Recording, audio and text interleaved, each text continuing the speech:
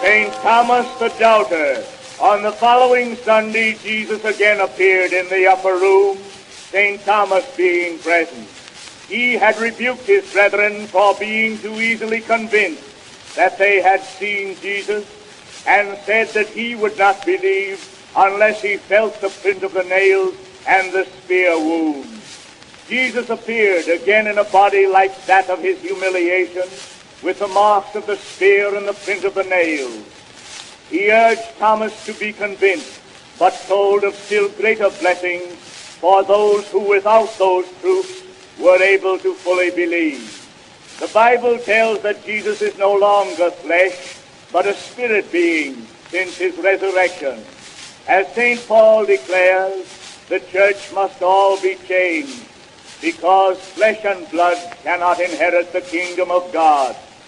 We must all be changed, that we may be spirit beings like him, which surely means that he is no longer flesh.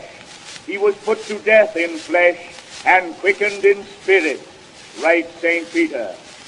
Jesus appeared to his followers 3 times on his resurrection day, and 5 times more during the succeeding 39 days, briefly. This was a part of the great lesson that Jesus was no longer dead and no longer flesh, that he is highly exalted. Saul of Tarsus caught a glimpse of the risen, glorified Jesus, unveiled by flesh, shining above the brightness of the sun at noonday, and the brief glimpse cost him his eyesight. If Jesus had thus appeared to his disciples during the 40 days after his resurrection, they would have been alarmed, bewildered, unable to comprehend the matter.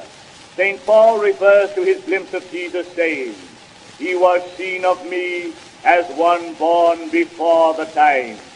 His words are explained to mean that all of God's people, the church of the firstborn, are to be born into spirit conditions by their resurrection. Thus changed, they will see Messiah as he is in his great glory. But Saul saw him before the time.